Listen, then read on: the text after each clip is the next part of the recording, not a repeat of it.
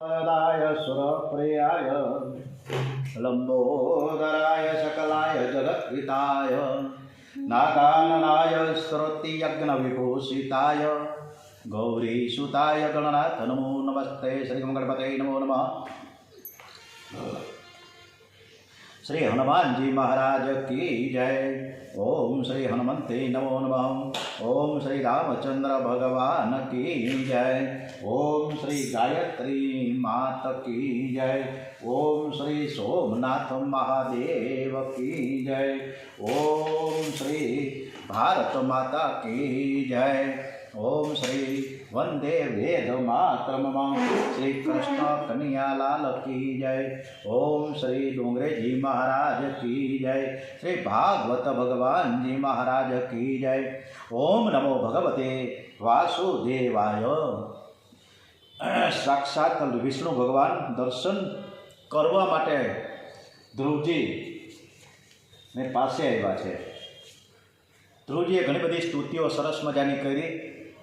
परमात्माए कंईक मांगवानुं कह्युं त्यारे एमणे स्पष्ट ना पड़ी कि मारे कंई जोतुं नथी, तमारा दर्शनथी हूँ खूब ज प्रसन्न छुं, बस मारे कंई जोईतुं नथी। छतां पण परमात्माए कीधुं कि बेटा तारी इच्छा नथी, परंतु मारी इच्छा छे कि तू केटलाक वर्षो सुधी राज्य कर अने पछी हूँ तने मारा धाममां लई जाईश। त्यारे ध्रुवजीए कह्युं कि हूँ राज्य भोगवू अने मने ए सुखमां ए भौतिक साधनोमां हूँ तमारुं ध्यान चूकी जाऊँ एटले मारे कांई राजा थवुं नथी। त्यारे परमात्माए कीधुं कि तो जराय चिंता न कर, तारुं मन नहीं बगड़े। तारी इच्छा भले राजा थवानी न होय, परंतु तू राजा था ए जोवानी मारी इच्छा छे। जगतने मारे बतावुं छे कि जे मारो थयो छे तेने हूँ लौकिक आनंद आपूं छुं अने अलौकिक आनंद पण आपूं छुं। जे मारी पाछळ पड़े छे ने तेनी पाछळ हूँ पड़ुं छुं। तारामां क्यारेय पण विकार नहीं आवे।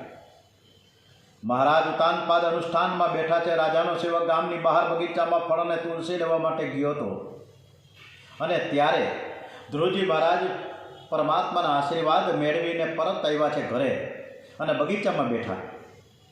त्यारे आ सेवक जईने राजमहेलमां उतानपाद राजाने कहे छे कि महाराज ध्रुव कुमार आव्या छे। आ सांभळता ज उतानपाद ऊभा थईने दौड़वा लाग्या। 6 मास पहला ध्रुवजी पिताने मळवा गया था तो पिता एने गोदमां लेता नथी अने 6 महीना पछी ध्रुवजी आव्या त्यारे तेने मळवा माटे राजा दौड़े छे। परमात्मा पाछळ जे पड़े छे तेनी पाछळ जगत पड़े छे। परमात्मा जे अपनावे छे तेने शत्रुओ पण वंदन करे छे। उतानपाद आज ध्रुवजीनुं स्वागत करवा माटे दौड्या छे। विचार करे छे कि 5 वर्षनो बाळक भगवानना दर्शन करीने आव्यो छे, ज्यारे हूँ तो 55 वर्षनो थयो छतां सुरुचिमां फसायो छुं। धिकार छे मने। एनी आंखमांथी आनंदना आंसू निकळ्या। ध्रुवजीए पिताजीना चरणने स्पर्श कर्या छे। पिताजी हूँ तमारा चरणमां छुं। राजाए ध्रुवने उठावी छाती सरसो चांप्यो। पिता अने पुत्र एक थया छे। पछी तो ध्रुवजी माताजीना दर्शन करवा जाय।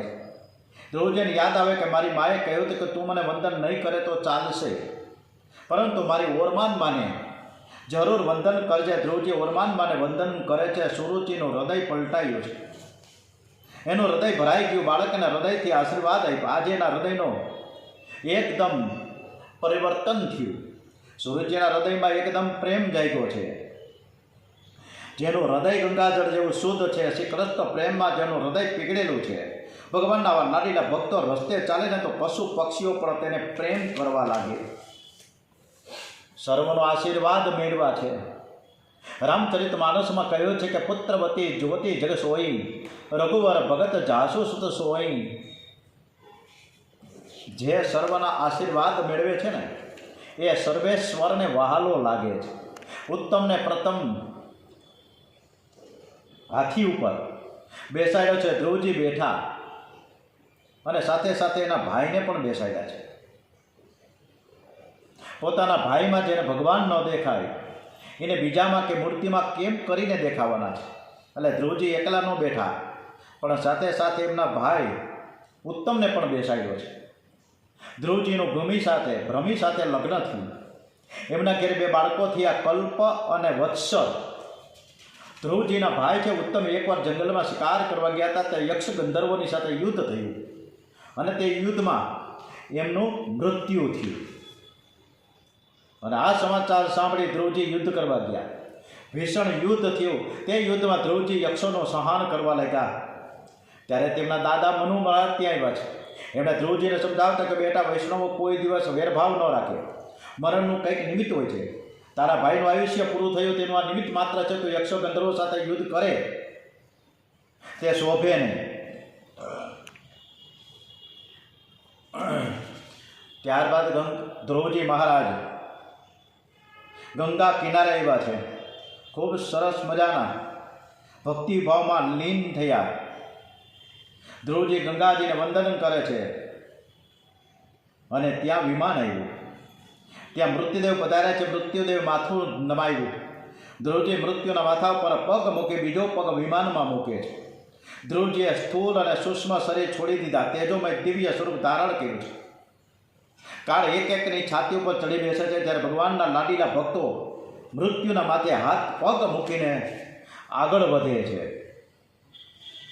આમ ધ્રુવ ચરિત્રનું ખૂબ સરસ મજાનું ડોંગરેજી મહારાજે જે ગાન કર્યું છે અદ્ભુત છે.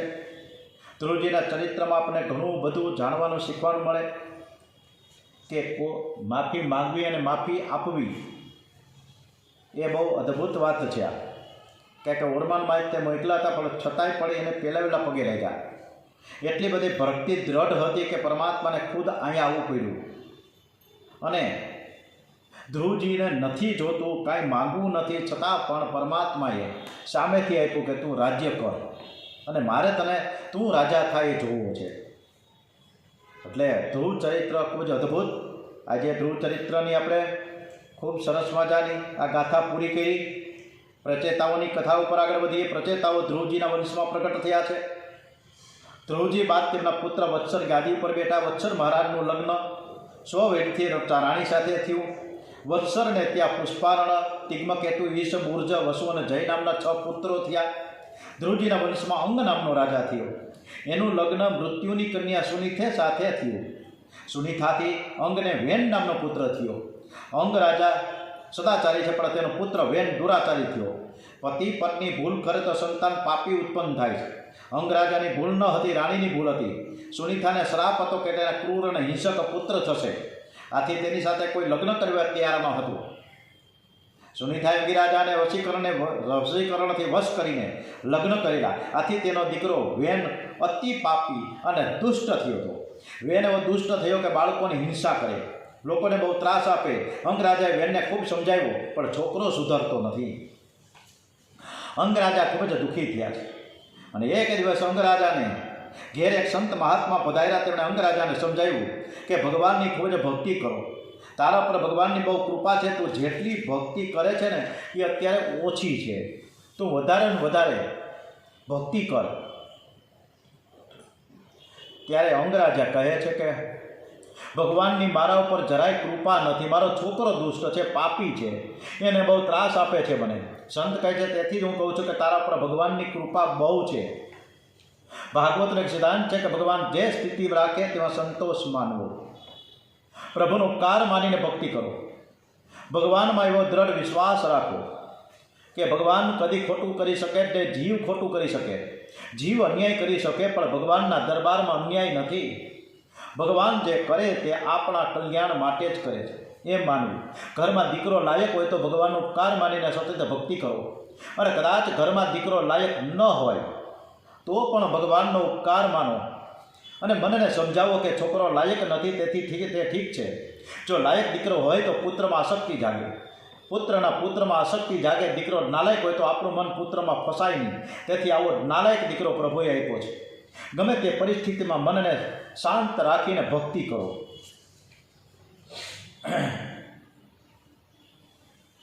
એકનાથજી મહારાજ, તુકારામજી મહારાજ અને નરસિંહ મહેતા, એકની પત્ની કંકાસવાળી, એકની એટલે કે પ્રતિકૂળ, એકની પત્ની અનુકૂળ અને એકની પત્ની સ્વર્ગસ્થ થયેલી. એમ છતાં પણ ત્રણ આ સંતો ખૂબ જ શાંત.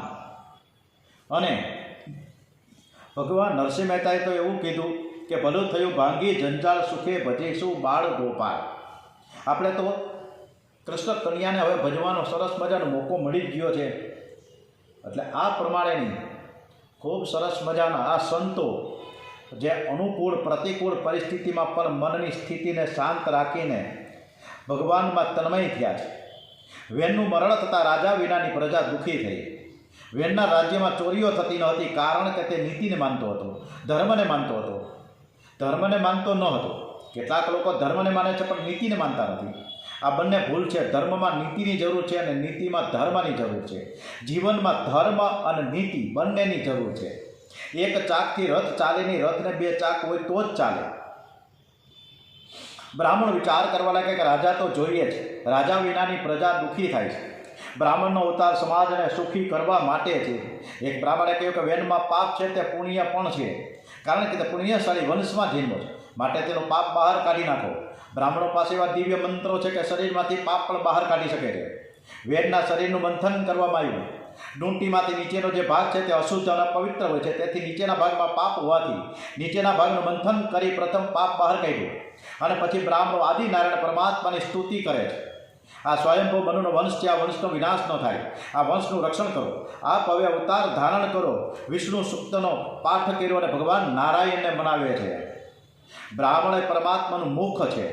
પરમાત્માને દયાવી અને લીલા કરી વેનના ડૂંટી ઉપરના પવિત્ર ભાગનું બાહુનું મંથન વેદ મંત્રો દ્વારા કરવામાં આવ્યું. તેથી પૃથુ મહારાજનું પ્રાગટ્ય થયું. એ ભગવાન નારાયણનો અંશ અવતાર છે. તે અર્ચન ભક્તિમાં શ્રેષ્ઠ છે. તે નિત્ય મહાઅભિષેક કરે છે. પૃથુ મહારાજનું લગ્ન અર્ચી રાણી સાથે થયું. પૃથુ મહારાજ આખો દિવસ પૂજા કરે છે અને એકદમ ભગવાનના ભક્તિમાં તન્મય થયા. પૃથ્વીરાજાને એક જ ચિંતા કે મારા દેશમાં કોઈ દુઃખી ન થાય. જે આંખમાં પ્રેમ છે, જેનું હૃદય વિશાળ છે, તે જ પ્રભુની સેવા કરી શકે. પૃથુ મહારાજ પરમાત્માનું આરાધન કરે છે, પ્રજાને ધર્મનું શિક્ષણ આપે છે. આજકાલ લોકો ધર્મને ભૂલ્યા છે, તેથી ધરતીમાં અનરસને ઉગડી ગઈ છે. જે ઘરમાં ધર્મ નથી તે ઘરમાં ભગવાન પણ નથી. પરમાત્મા શ્રી કૃષ્ણને સનાતન ધર્મ અતિશય પ્રિય છે. ઘરમાં ભલે બીજું બધું છૂટી જાય, ધર્મ છોડશો નહીં. જે ધર્મનો ત્યાગ કરે તે ભગવાનને ગમતો નથી, ભલે તે પછી તે મોટો જ્ઞાની હોય કે યોગી હોય. પૃથુ મહારાજ પ્રેમથી યજ્ઞો કરે છે. યજ્ઞોમાં દરેક દેવોની પ્રેમથી પૂજા કરે છે. યજ્ઞમાં ગરીબની, બ્રાહ્મણની, સમાજમાં એક એક અંગની પૂજા થાય છે. પૃથુ મહારાજ અગ્નિહોત્રી તપસ્વી બ્રાહ્મણ છે, રાજા છે. પૃથુ મહારાજના યજ્ઞમાં પ્રત્યક્ષ દેવો આવ્યા છે. આ બધા જ યજ્ઞ કલિયુગમાં આપણે હાથે થાય એવું લાગતું નથી. તેથી તમે રોજ ઘરમાં થોડો થોડો યજ્ઞ કરજો. જે ઘરમાં રસોઈ થાય છે તે ઘરમાં અનેક જીવ મરે છે. અનેક જીવોની હિંસાનું પાપ અન્નમાં આવે છે અને તે પાપ ખાનારના માથે આવે છે. અન્નદોષ મનને બગાડે છે. તમે ફક્ત હરે કૃષ્ણ હરે રામ બોલીને પણ અગ્નિમાં આહુતિ આપજો. ભાતમાં થોડું ઘી નાખી તે ઘીવાળો ભાત અગ્નિદેવને અર્પણ કરો. અગ્નિમાં આહુતિ આપો, ભગવાનને ભોગ ધરાવો. જે ઘરમાં ભોગ ધરાવાય છે તે ઘરમાં લક્ષ્મીજી અને અન્નપૂર્ણા અખંડ બિરાજે છે. ભાગવતમાં વિશ્વાસ રાખીને 6 મહિના કરી જુઓ. બહુ પવિત્રતાથી રસોઈ બનાવવી, ભગવાનને રોજ ભોગ ધરવો, અગ્નિને આહુતિ આપવી, પછી અન્ન જે ખાશે તેની બુદ્ધિ બગડશે નહીં. પૃથુ રાજાના 99 યજ્ઞ પરિપૂર્ણ થયા. છેલ્લો યજ્ઞ ચાલુ હતો તેમાં ઇન્દ્ર રાજાએ વિઘ્ન કર્યું. ઇન્દ્રની ઈચ્છા છે કે 100 યજ્ઞ કોઈ પરિપૂર્ણ કરે નહીં. અશ્વમેઘ યજ્ઞ તો ઘોડો છોડવામાં આવ્યો. ઇન્દ્ર આ ઘોડાને ઉઠાવી લઈ જાય છે અને આ દિવ્ય યજ્ઞ છે. અને અત્રિ ઋષિ જ્યાં જપ કરવા બેઠા હતા ત્યાં એને ખબર પડી કે વિઘ્ન આવ્યું. પૃથુનો પુત્ર ઇન્દ્રની સાથે યુદ્ધ કરવા માટે ઘોડો પાછો લાવ્યો. ઇન્દ્રે 2-3 વાર આ પ્રમાણે કર્યું. તેથી પૃથુ ઇન્દ્રને મારવા માટે તૈયાર થયા છે. બ્રાહ્મણોએ તેને સમજાવ્યું કે યજમાન, કોઈને મારે તે ઠીક નથી. અમને આજ્ઞા આપો, તે અમે જ ઇન્દ્રને હોમી દઈશું. આજ્ઞા મળતા ઇન્દ્રનું આહવાન થયું. ઇન્દ્રાસન ડોલવા લાગ્યું. બ્રહ્માજી દોડતા દોડતા આવ્યા. રાજાને કહ્યું કે તમારે સ્વર્ગનું સુખ તો જોઈતું નથી. તમે તો ફક્ત પરમાત્માને મેળવવા માટે જ યજ્ઞ કરો છો. તો પછી આ યજ્ઞનો આગ્રહ છોડી દો. ઇન્દ્ર પરમાત્માનું જંગ છે તેનો વિરોધ છોડી દો. તમારો છેલ્લો યજ્ઞ અધૂરો રાખો. પૃથુ રાજાએ બ્રહ્માજીની વાત માની તે યજ્ઞ અધૂરો રાખ્યો. એમ કરવાથી ચતુર્ભુજ પરમાત્મા પ્રગટ થયા. પરમાત્માની સાથે ઇન્દ્ર રાજા પણ આવ્યા. પૃથ્વીએ વેરનો ત્યાગ કરી ઇન્દ્રનું સન્માન કર્યું છે. પૃથ્વીને પરમાત્માના દર્શન કરતાં ખૂબ જ આનંદ થયો છે કે આજે મારે ઘેર ભગવાન પધાર્યા છે. પ્રભુએ કહ્યું, રાજન, મારી બહુ ઈચ્છા છે કે તું હવે કંઈક માંગ તો હું તને કંઈક વરદાન આપું. પૃથુ રાજાએ હાથ જોડીને કહ્યું, તમારા દર્શન કર્યા પછી હવે શું માંગવું? આખો દિવસ તમારા દર્શન કરતો જ રહેવું એવી કૃપા કરો. પૃથ્વીરાજાએ કેવું અદ્ભુત માંગ્યું છે જે અત્યાર સુધી કોઈએ માંગ્યું નથી. પ્રભુએ કહ્યું મારા દર્શન તને અખંડ થશે, છતાં મારી ઈચ્છા છે કે તું કંઈક માંગ, મને રાજી કરવા માટે પણ તું માંગ. ત્યારે પૃથ્વીરાજાએ કહ્યું કે મહારાજ મારી તો એવી ઈચ્છા છે કે તમારી કથા શ્રવણ કરવા માટે મને 10,000 કાન આપો, જેથી તમારી લીલા ગુણોની કથા સાંભળતો જ રહું. મારા આ 2 કાનમાં જેવી શક્તિ આપો કે ગંગા કિનારે, યમુનાજીના કિનારે, નર્મદાના કિનારે અનેક તીર્થોમાં બિરાજેલા તમારા લાડીલા ભક્તો તમારા ગુણગાન ગાય, તમારી રક્ષા કરે, તે બધું હું અહીંયા બેઠો બેઠો સાંભળી શકું. પૃથ્વીરાજાને પ્રભુએ ખૂબ સરસ મજાનું વરદાન આપી કૃતાર્થ કર્યા છે. એટલે આપણી કથા પૃથ્વીરાજા પણ સરસ રીતે સાંભળે છે. પૃથ્વી પછી તેમના પુત્ર વિચિતાશ્વ રાજા થયા. તેને 3 ભાઈ હતા, હરિયશ્વ, ધ્રુમકેક્ષ અને વૃક્ર. એ પછી અંતર્ધ્યાનને ત્યાં હવિધાનને ત્યાં પ્રાચીન બર્હી રાજા થયો. પ્રાચીન બર્હી રાજાનું લગ્ન સતદ્રુપી રાણી સાથે થયું. એમને ઘેર જે 10 બાળકો થયા તે 10 પ્રચેતાઓ છે. આ 10 પ્રચેતાઓને પ્રાચીન બર્હી રાજાએ આજ્ઞા કરી કે તમે તપ કરો, તપથી શક્તિ વધે છે. પ્રત્યેક ઇન્દ્રિયનો સંયમ રાખો, શક્તિનો સંગ્રહ કરો. જે બળવાન છે બધું જ કરી શકે છે. શક્તિના સંગ્રહમાં બહુ સુખ છે, માટે શક્તિનો વિનાશ ન થાય તેની કાળજી રાખજો. આ 10 પ્રચેતાઓ કચ્છ પ્રાંતમાં આવેલા નારાયણ સરોવરને કિનારે આવ્યા છે. નારાયણ સરોવર અતિ દિવ્ય સાત્વિક ભૂમિ છે. નારાયણ સરોવરમાં કોટેશ્વર મહાદેવ છે. દાન આપવું, જાત્રા કરવી, યજ્ઞ કરવો એ સહેલું છે, પણ શાંતિથી એક આસને બેસીને જપ કરવો ઘણી કઠિન છે. યજ્ઞ કરવાથી, મંદિરમાં સેવા કરવાથી પુણ્ય વધે છે, પણ પાપ છૂટતું નથી. સતત જપ કર્યા વગર પાપ છૂટતું નથી, વાસનાનો વિનાશ થતો નથી.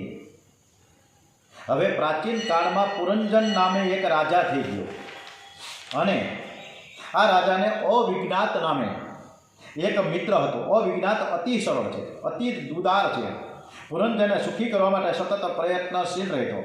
તે પુરંજનને ઘણું આપે પણ અપ્રગટ રહીને આપતો.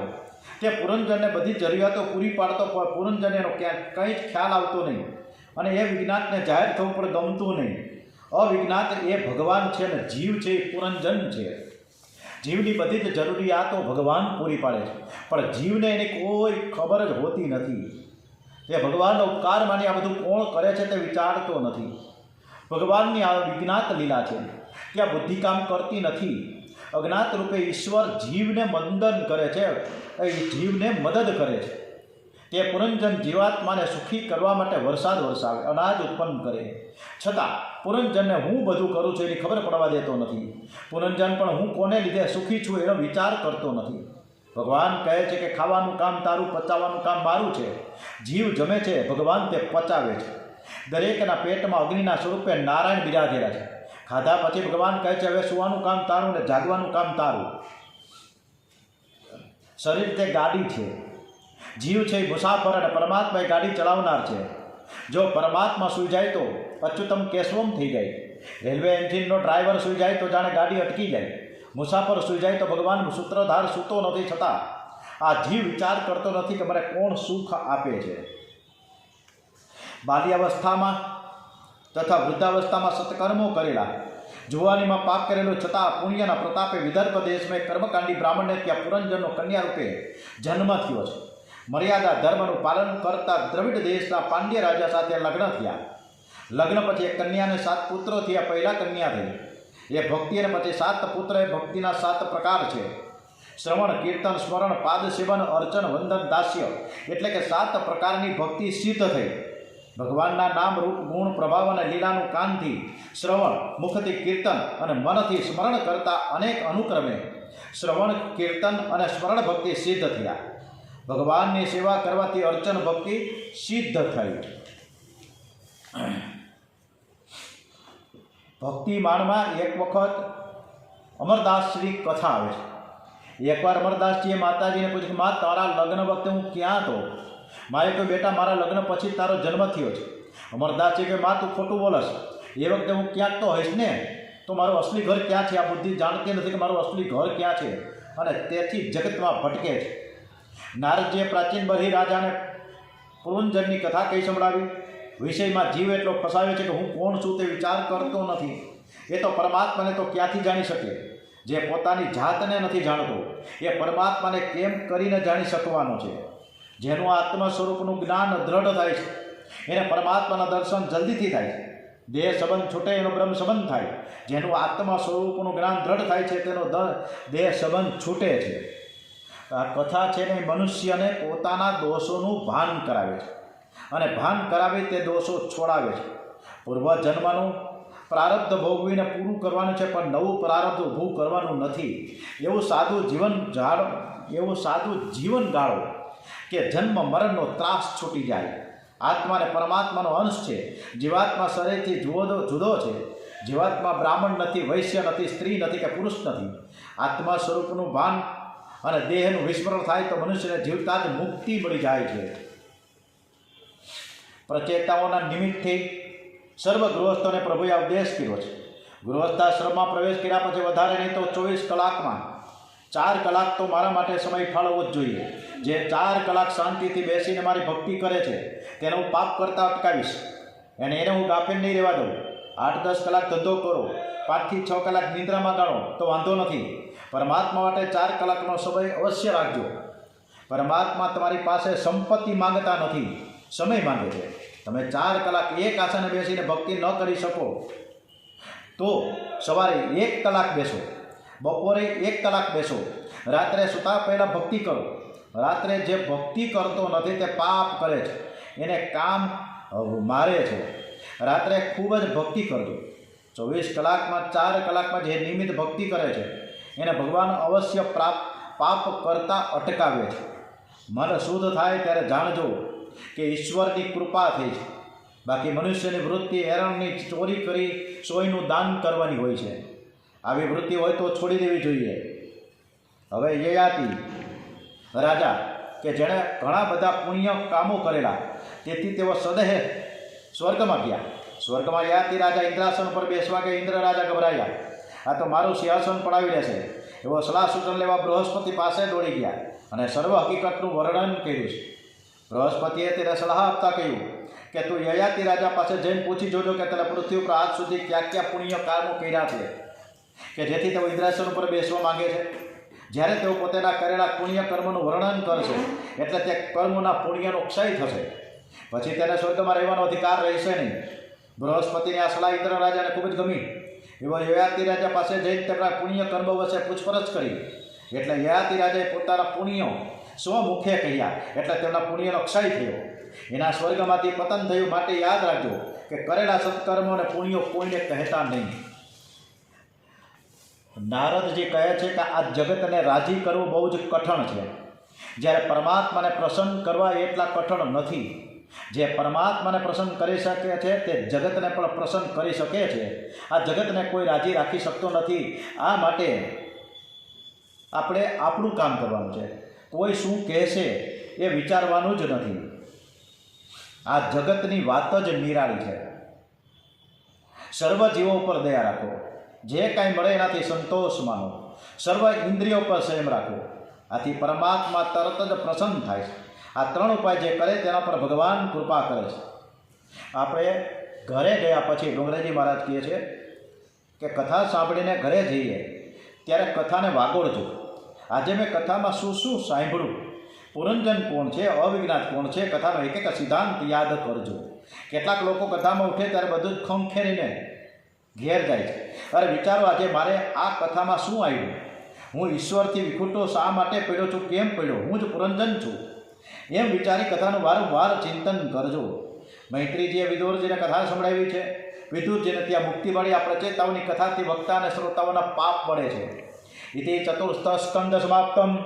ઓમ શ્રીમન નારાયણ નારાયણ નારાયણ શ્રીમન નારાયણ નારાયણ નારાયણ ભજમન નારાયણ નારાયણ નારાયણ શ્રીમન નારાયણ નારાયણ નારાયણ. ઓમ શ્રી કૃષ્ણ કનૈયાલાલ કી જય. श्री बालकृष्णलाल की जय, डोंगरे जी महाराज की जय, श्री सुखदेव जी महाराज की जय, श्री सोमनाथ महादेव की जय, श्री गायत्री मात की जय। ओम श्री गणपति महाराज की जय, हनुमान जी महाराज की जय, भारत माता की जय, वंदे वेद मातरम। ओम नमो भगवते वासुदेवाय। श्री भागवत भगवान जी महाराज की जय। ओम नमः पार्वती पतये। हर हर महादेव हर।